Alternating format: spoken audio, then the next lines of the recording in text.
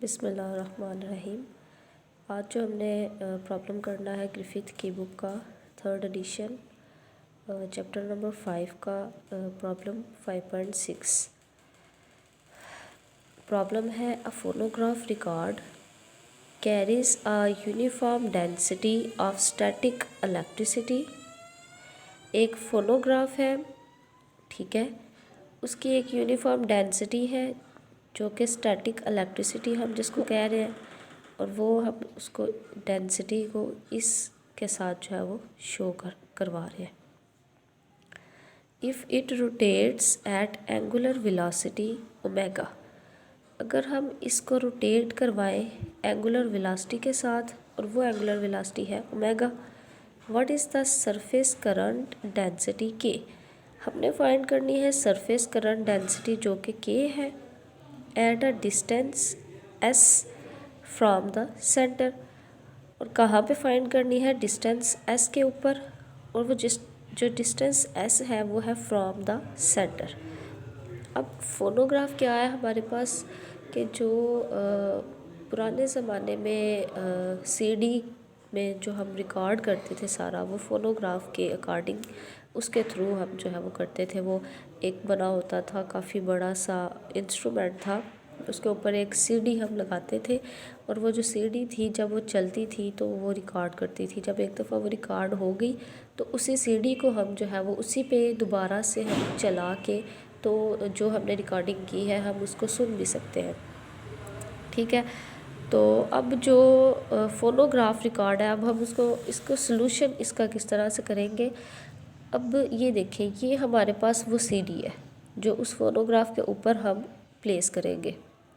हमने क्या किया, हम कह रहे हैं कि ये जो सीडी है ये ओमेगा वेलोसिटी के साथ मूव कर रही है, ठीक है। तो ये रोटेट कर रही है ओमेगा वेलोसिटी के साथ। फ्रॉम द सेंटर हमने इसका डिस्टेंस ले लिया s, जो कि ये s है। अब एक हमने इसका एलिमेंट लिया स्मॉल ds और कितनी लेंथ पे लिया, dl लेंथ पे लिया, ठीक है। As k is equals to di/dl perpendicular. अब ये जो इक्वेशन है ये बुक के ऊपर 5.22 वाली इक्वेशन है जो हम यूज़ करेंगे। नाउ वी फाइंड di, इसमें से हम di को फाइंड करेंगे। अब dq हमारे पास कैसे आएगा, dq ये देखें हमारे पास कितनी लेंथ के अंदर कितने करंट एलिमेंट में कितनी उसकी डेंसिटी है उस चार्ज की।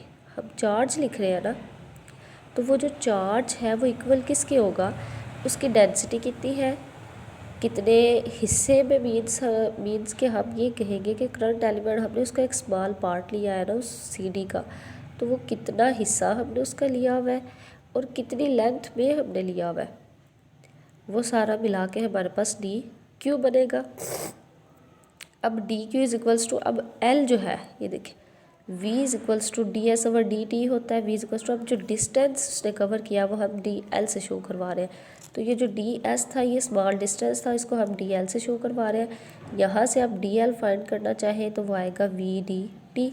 तो ये हमने डी एल की जगह पे वी डी टी को पुट कर दिया।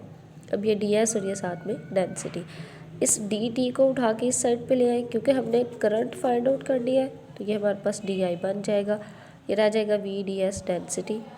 अब हमें इस फार्मूले में डी आई चाहिए था, वो हमने फाइंड आउट कर लिया। अब डी एल परपेंडिकुलर चाहिए, तो जो डी एल परपेंडिकुलर एल हम यहाँ पे क्या बता रहे हैं कि डिस्टेंस है ना, तो उसको हम डी एस लिख सकते हैं। ये इसने इतना डिस्टेंस कवर किया। अब इस के अंदर पुट करें v d s density over d s. अब ये डी एस के साथ कैंसिल और वी डेंसिटी हमारे पास रह गया। अच्छा, एक अब यहाँ पे चीज़ है कि यहाँ पे हमने जो के फाइंड किया है वो हमारे पास आया वी और डेंसिटी। अब बुक के ऊपर ये इक्वेशन हमने डिराइव की थी इसी तरह से कुछ कैलकुलेशंस करने के बाद। अब इस न्यूमेरिकल के अंदर आप चाहें तो आप डायरेक्ट इस इक्वेशन से जो है वो स्टार्ट कर सकते हैं न्यूमेरिकल को, क्योंकि ये डायरेक्ट बुक में इक्वेशन गिवन है। तो अगर आप ये ऊपर वाली कैलकुलेशन करना चाहते हैं तो आप कर लें, अगर आप नहीं चाहते तो आप डायरेक्ट भी इस इक्वेशन को यूज़ करके इस न्यूमेरिकल को सॉल्व कर सकते हैं, क्योंकि ये सारी कैलकुलेशन करने के बाद भी हमें वही इक्वेशन मिली और बुक में ये इक्वेशन 5.23 है, तो बुक वालों ने भी हमें डायरेक्ट ही इक्वेशन बताई हुई है, तो आप ये डायरेक्ट इक्वेशन को भी यूज़ कर सकते हैं। अब यहाँ पे देखिए डेंसिटी तो फिक्स है, हर एक चीज़ की डेंसिटी फिक्स होती है। अब v यहाँ पे क्या है, वेलोसिटी। अब वेलोसिटी, लीनियर वेलोसिटी और एंगुलर वेलोसिटी का आपने एक फार्मूला पढ़ा हुआ है, छोटी क्लास में भी पढ़ा है, इस क्लास में भी पढ़ा है कि v is equals to omega cross r, ये आपने पढ़ा हुआ है। अब r क्या था, यहाँ पे डिस्टेंस, और यहाँ पे डिस्टेंस क्या है, s, तो फिर यहाँ पे आप r की जगह s पुट कर दें तो कोई फ़र्क नहीं पड़ेगा। तो v is equals to omega cross s हमने लिख लिया। अब ओमेगा, यहाँ पे एक वेक्टर ओमेगा है और एक वेक्टर s है। अब हमें ये दोनों वेक्टर्स की वैल्यूज़ चाहिए, तो हम क्या करेंगे, ये हमने लिखा ओमेगा वेक्टर। अब कोई वेक्टर हम लिखते हैं तो वो किसके इक्वल होता है, उस वेक्टर की मैग्नीट्यूड और उसका यूनिट वेक्टर। तो हम इसी तरह लिखेंगे कि ये वेक्टर जो है ये अपनी मैग्नीट्यूड के इक्वल है और अपने यूनिट वेक्टर के इक्वल है। अब ये z यूनिट वेक्टर कैसे आया, ज़रा देखें।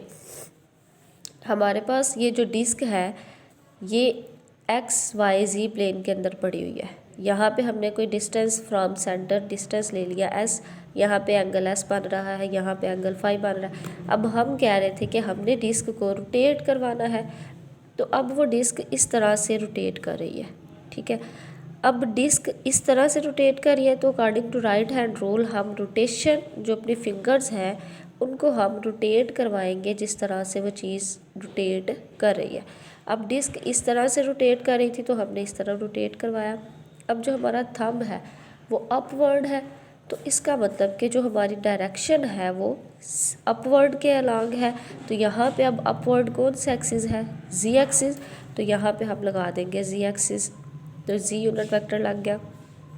अब एस है, एस यूनिट वेक्टर, एस की मैग्नीट्यूड और एस का यूनिट वेक्टर। अब v इज इक्वल्स टू यहाँ पे ओमेगा की वैल्यू पुट कर दें, यहाँ पे s की वैल्यू, तो ये आ जाएगा ओमेगा z और s और साथ में s unit vector. v is equals to, अब ये ओमेगा s तो बाहर आ गया, ये हमारे पास बन गया z क्रॉस s। अब यहाँ पे हम सिलेंडर जो हमारे पास फोनोग्राफ है वो एज अ सिलेंडर है, तो हम क्या करेंगे कि हम इसको सिलेंड्रिकल कोऑर्डिनेट्स जो है हमारे पास उनमें अब इसको देखेंगे और z क्रॉस s की वैल्यू उसमें से निकाल के इस इक्वेशन में पुट कर देंगे।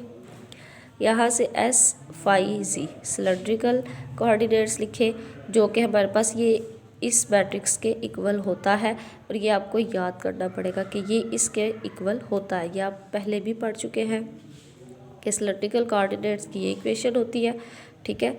तो ये यहाँ से आप इन दोनों को मल्टीप्लाई करवाएं, मल्टीप्लाई करवा के आप तीन इक्वेशंस बनेगी हमारे पास। एक s के इक्वल होगी पहली वाली, दूसरी वाली फाई के इक्वल होगी, तीसरी वाली जो है वो z के इक्वल होगी।